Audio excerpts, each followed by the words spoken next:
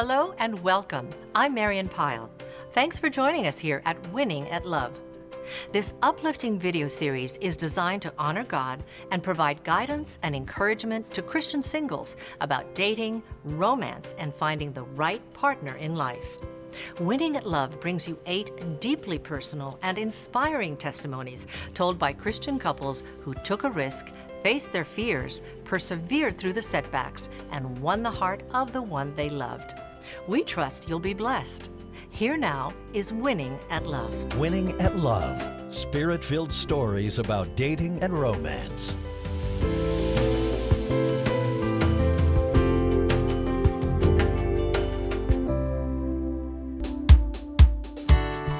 Since his childhood years in Pasadena, California, Russell Pile showed a unique creative flair. From ages 9 to 14, he staged a carnival and circus show for all the neighborhood kids. It was the highlight of everyone's summer. Over the years, Russell went on to become a daring and innovative theatrical set and lighting designer. His award-winning work took him all over the world and fed his love of adventure and of other cultures. Russell was also a man of strong faith.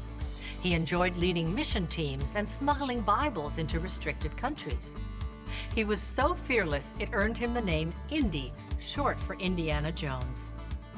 But as Russell tells it, his most challenging assignment proved to be winning the heart of the woman he loved. It was a daring quest, full of risks, setbacks, and triumphs. The perfect adventure for a romantic hero like Russell. And oh, by the way, as you'll soon hear, I am that lucky gal who Russell swept off her feet.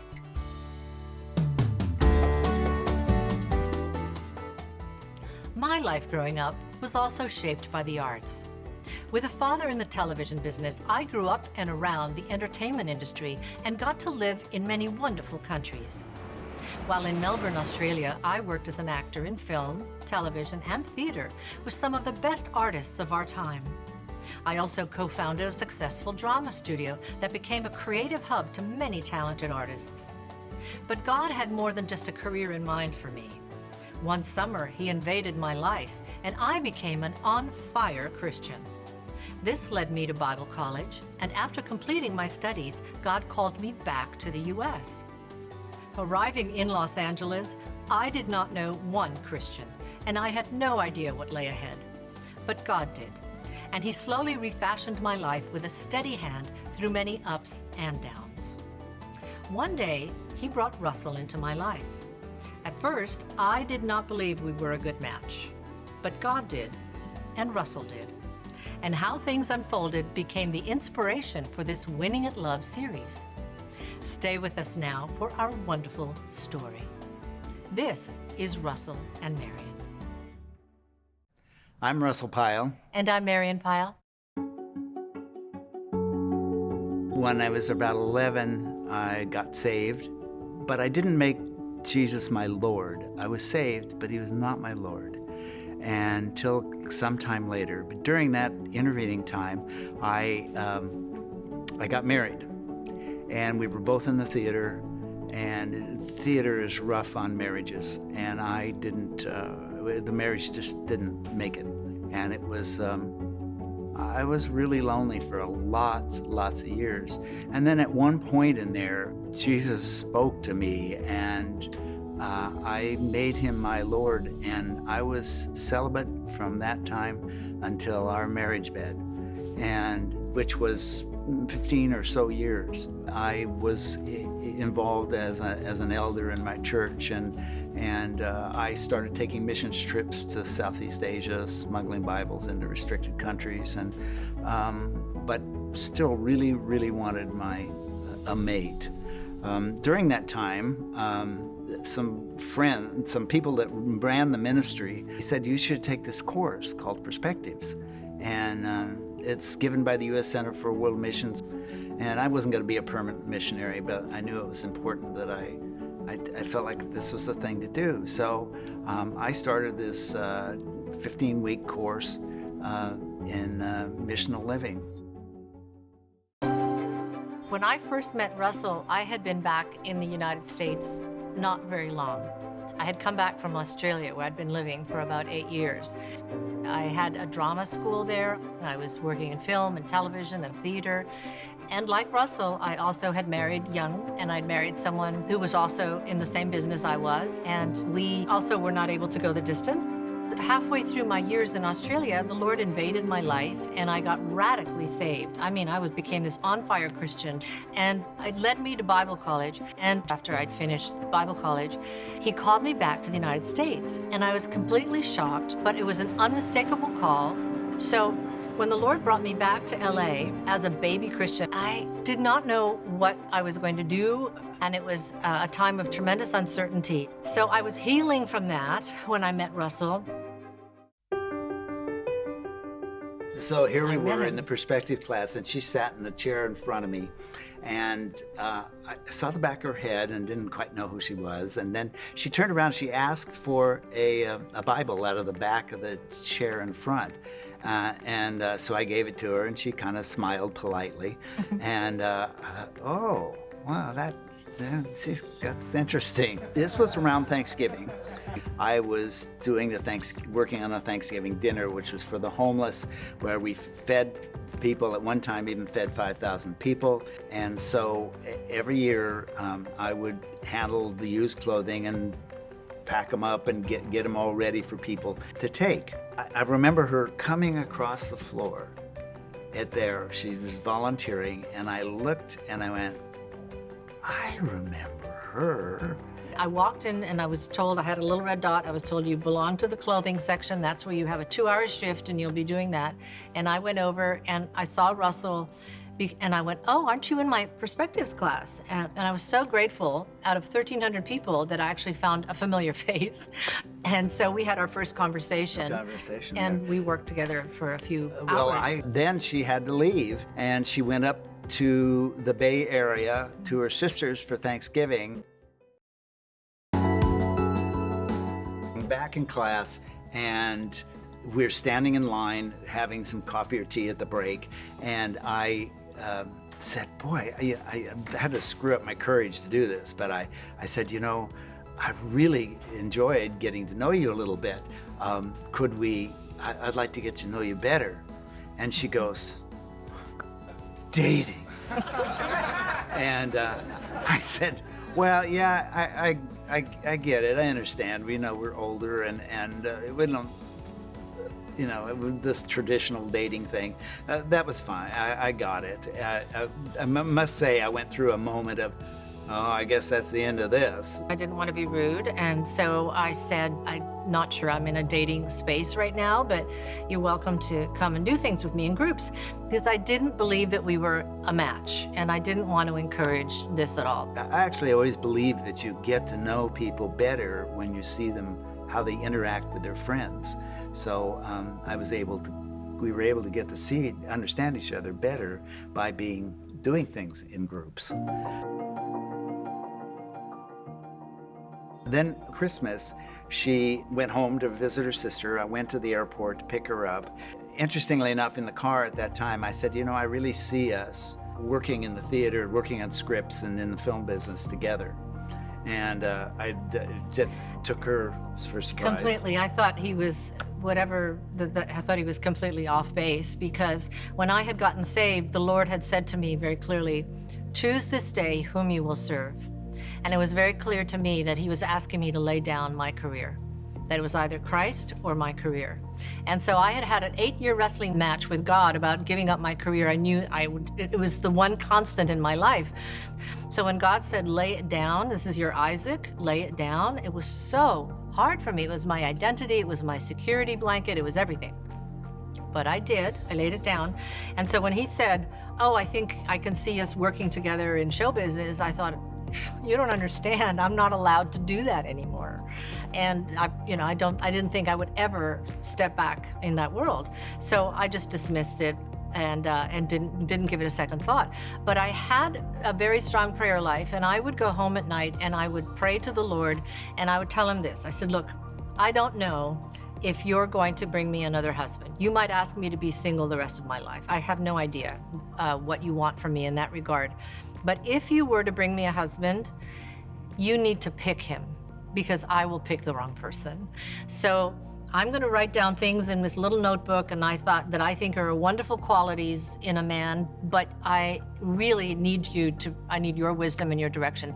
And here I'm making a promise to you, I'm making a pact with you. And I told the Lord, I am not going to look for him. I am just going to put blinders on, and I'm going to live my life and be the best Christian I can be. So I literally said, if you have somebody for me, you need to sledgehammer me with it, and you need to just bring him across my path and make it very clear, this is the guy I have for you. Marquis, my friend, had to keep saying, remember what God told you. Just love her as Christ loved the church. Just keep loving her. And okay, God did tell me that. Okay, that's what I'll do.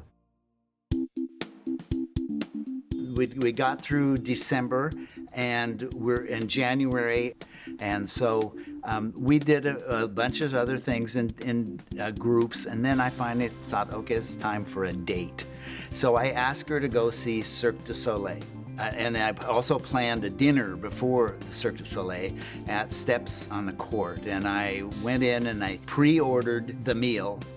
Everything that I had learned that she maybe liked, I ordered it, and then I paid for the meal.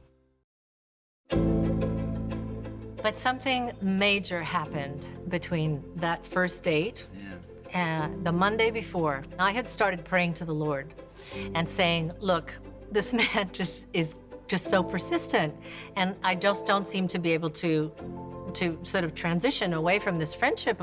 Is there something I'm missing? I mean, is there something you want to tell me about Russell that I don't know? And the Lord answered this in the most amazing way. So I'm in an aerobics class in Brentwood, and I'd finished this very heavy workout, and the lights are dim, and they lie us all down on the mats, and the music's really soft. The Holy Spirit fell on me, and I had an out-of-body, I don't know what to call it. I went into the spirit realm, and I had an open, now I know, I didn't even know at the time what it was called. I had an open vision. And as clearly as I can see everybody in this room here right now, I saw in front of me this gigantic screen, and there was this huge bonfire that was these magnificent colors and purples and oranges and yellows, and it had the roar of like Niagara Falls, and it was just magnificent. And I knew I knew that was Russell's soul. It was a picture of his soul. And I heard the Lord say to me in my spirit, this is a huge talent. And I was just amazed at this bonfire because I didn't know anything about Russell except he was this nice Christian guy. But his soul was the soul of this magnificent artist. Then his bonfire, the camera panned over, and I went over and I saw my soul, and it was very different to his because I was feeling still broken and sad and heartbroken about so many things, and so my energy was not as his, but my bonfire was there, but the colors were a little more muted and not quite as alive. And Russell's bonfire then slightly moved over to mine and just touched my periphery, and I just whoosh, burst into colors that came to life. I was absolutely floored. And then the Lord said to me, this is a huge talent. I have brought him to you. You can trust him. And that was my issue, is I didn't know who I could trust anymore.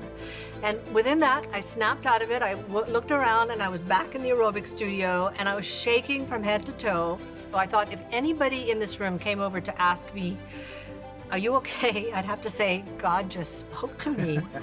He just spoke to me. But no one said anything. No one saw me. No one did anything. I rolled up my mat. I walked home to my apartment, shaking like a leaf, and that was Monday.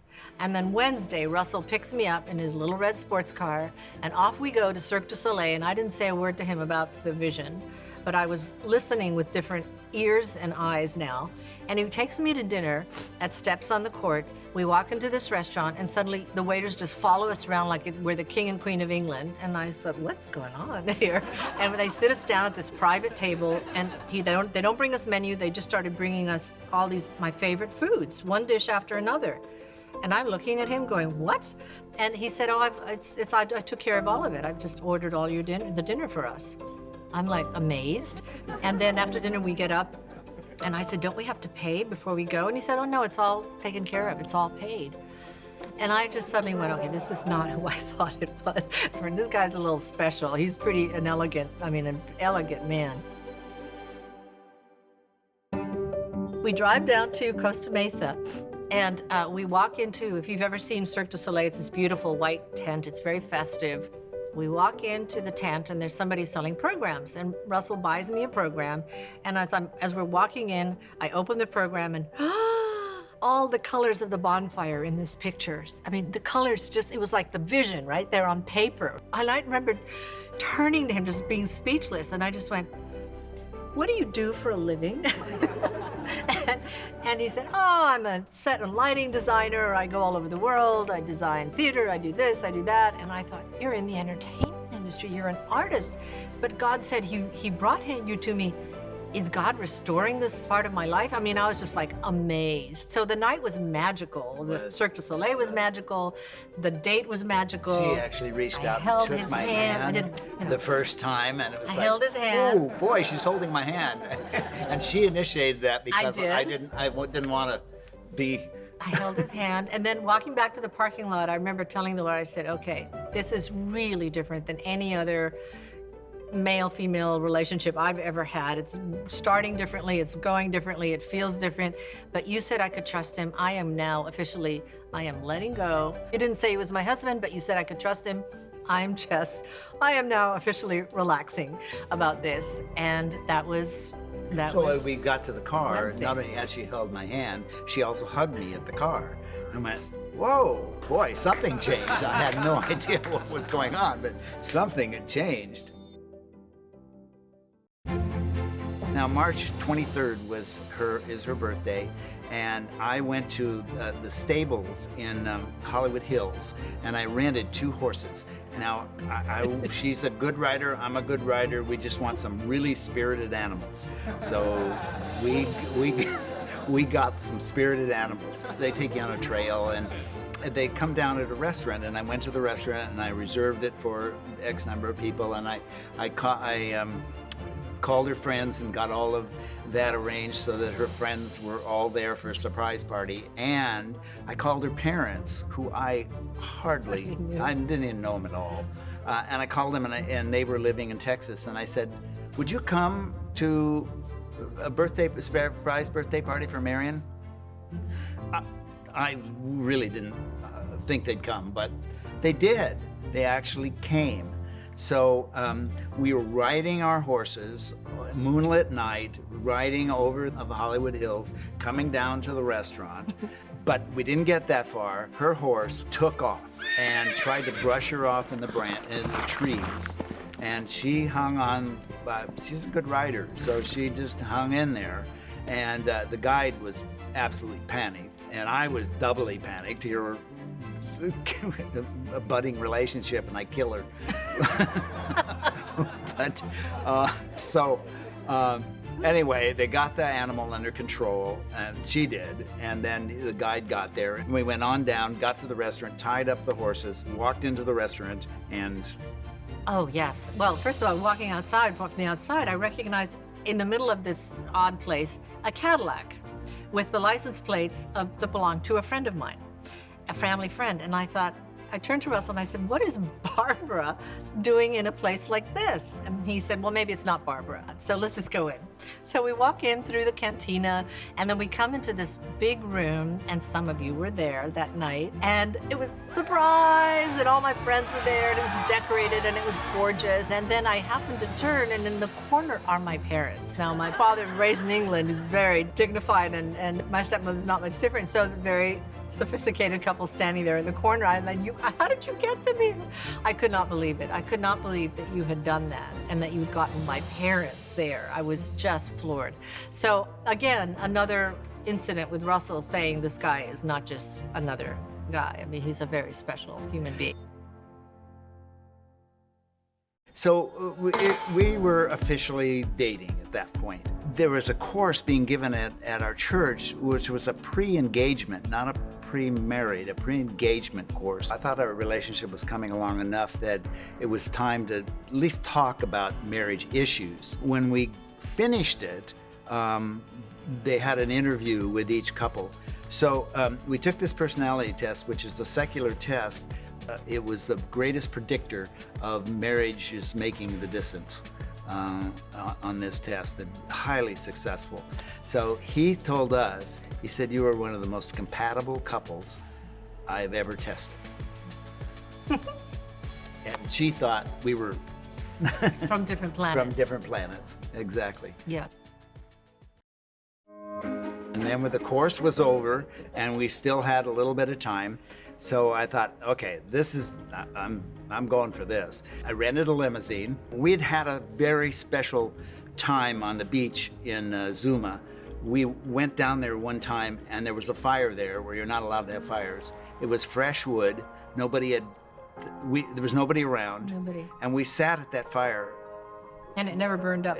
So I'd gotten the limousine. I got a table and crystal and champagne glasses and the whole and chafing dishes, and I cooked filet of sole in champagne sauce, and I put it in a chafing dish, and I trained my friends who had no idea how to set a table.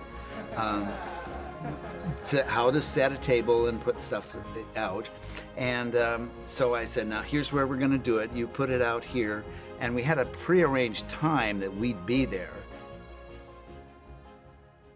He picked me up on Friday. He said, this Friday, I'd like you to get all dressed up. We have a special place I want to take you. You can get all dressed up, but I need you to be able to take off your shoes at one point during the evening. Be barefoot. And be barefoot. And so I said, oh, no stockings. Okay. So I thought, I'll just wear some boots. So I walked out when he came to pick me up at 7 o'clock. I opened the door and I look out on the street. I'm trying to find where his little red sports car is, and I suddenly see a black limo. And I just froze, and I thought, wait a minute, it's not 3 months. What's he doing? Why a limo? Why dressed up? What's he planning tonight? What's going on? And my head just sort of exploded, and he said, come on, we're gonna be late. So I go into the car, and I'm sitting down, and my head is just racing. I don't think I could say a word. My heart was pumping so loud, I thought you could hear it in the car, and I had no idea where we were going. He takes us to Zuma Beach, and the limo parks the car. We step out of the car, and we're walking towards the ocean, and there's not a soul on the beach. The sun is setting, it's gorgeous, and I start to see something that we're walking towards, and as we get closer, it's this magnificently set dinner table with china and candles, tapered candles that are lit, and crystal, and champagne on ice, and in the chafing dishes or whatever dinner. We had this amazing dinner. We don't know what we talked about. I don't know what we talked about. Weather or something, I don't know. It was clear to me he was up to something very special, and I didn't understand why it was so soon, but it was. I'd thought that we had 3 months until after the course to talk about marriage. He said 3 months from the beginning of the course. From the time the clock started. So it was time for him. Anyway, so we had this extraordinary dinner, and then after dinner he said, I said, now turn to the ocean and close your eyes and take off your boots. And I had a thermos of hot water in a bowl, and I put her feet in, I washed her feet, had her open her eyes, I washed her feet, and I said, I want to serve you, cherish you, and love you, and honor you all the days of my life. Will you marry me? And then I pulled out the ring. it was, And she said yes. I said, oh my goodness, took my breath away. I said, I just could not believe it had come. And it was a leap of faith for me. I still could have used a few more months to sort of, but you know, it was here, it was in front of me. God said I could trust him. It was like, here we go, here we go. And it was like, yes, I'll marry you. And then that was, you know, there we were. We had made the commitment, and we were joyous about it, and stayed and chatted for another 3 hours on the beach. We had about a year. We still gave ourselves a year to continue. It was a year from the Thanksgiving dinner to marriage. He's the man. So it was about 3-4 months. So 3-4 months after the engagement. So yeah. he planned this extraordinary wedding. I have to just share about the wedding because we did it at my friend Barbara's house, which was in Bel Air. So she said, come do it in my garden. And we had this exquisite, beautiful garden with flowers. And our pastor who had counseled us had come and had married us. And it was the most joyous day. It was incredible. And just as they had us turn and face our friends and said, this is Mr. and Mrs. Pile, they opened, there was 2 boxes, white boxes in front of, and all these white doves flew out. Then they just sort of went off into the sunset. And just then, it started to sprinkle rain like this. Just sprinkle, sprinkle, sprinkle. Just at the end of this, and somebody whispered and said, in England, it's good luck when it means God's raining his blessings down on you. So we danced the night away. So we had this extraordinary wedding, and we have now been married. 22 years. 22 happy years. Indeed. So, Indeed. Lord be praised. Amen.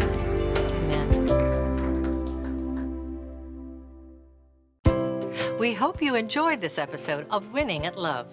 For more episodes, information, and resources, please visit us at winningatlove.tv. That's winningatlove.tv, not .com. And if you found it helpful, be sure and tell a friend.